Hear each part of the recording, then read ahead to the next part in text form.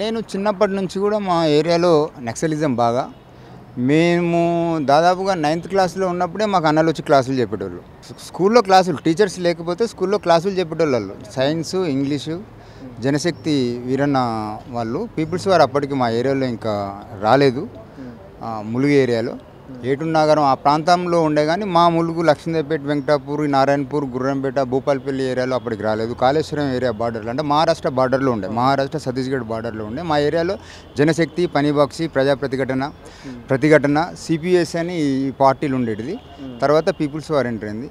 ఎప్పుడైతే ఈ భూస్వాముల మీద జరుగుతున్నటువంటి పోరాటం, భూ పోరాటంలో భాగంగా ఊళ్ళో జరుగుతున్నటువంటి అన్యాయాల మీద అన్నలొచ్చి మీటింగులు పెట్టి, కుల సంఘాలు పెట్టి వాళ్ళను భూస్వాములను ఎదిరించి పేద ప్రజలు చేస్తున్నటువంటి వాళ్ళకు కూలీలు పెంచడము, వాళ్ళకు జరుగుతున్నటువంటి అన్యాయం మీద వాళ్ళను చైతన్యవంతులను చేయడము, పాటలు పాడుతుండు. గోవిందరాపేటలో గుడ్డి బాబన్న అని ఒక అతను ఉండే, ఆయన పాటలు పాడేటోడు బాగా. తర్వాత గద్దరన్న పాటలతోనే మేము బాగా చైతన్యవంతులమై ఈ అన్యాయాల మీద విప్లవోద్యమం సైడు ఆకర్షితులమై ఆ రకంగా మేము వెళ్ళడం జరిగింది.